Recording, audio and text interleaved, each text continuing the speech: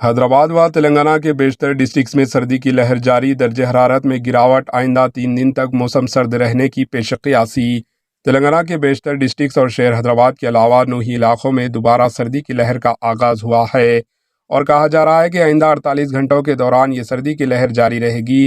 گزشتہ شب دونوں شہروں حیدرآباد و سکندرآباد کے کئی علاقوں میں درجہ حرارت میں زبردست گراوٹ ریکارڈ کی گئی، جبکہ 3 جنوری 2025 کی رات بھی نمایاں گراوٹ ریکارڈ کیے جانے کا امکان ظاہر کیا جا رہا ہے۔ محکمہ موسمیات کی جانب سے سرد لہروں کے سلسلے میں کوئی پیش قیاسی کا انتباہ نہیں جاری کیا تھا، لیکن شہر کے درجہ حرارت میں ریکارڈ کی جانے والی گراوٹ سے زبردست سردی محسوس کی جانے لگی تھی۔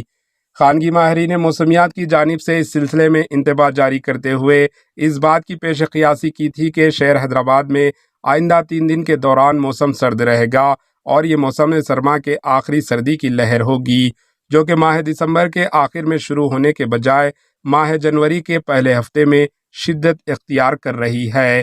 2 اور 3 جنوری کے درمیانی شب کے دوران سب سے کم درجہ حرارت ریکارڈ کی گئی۔ Bureau report, AHN news.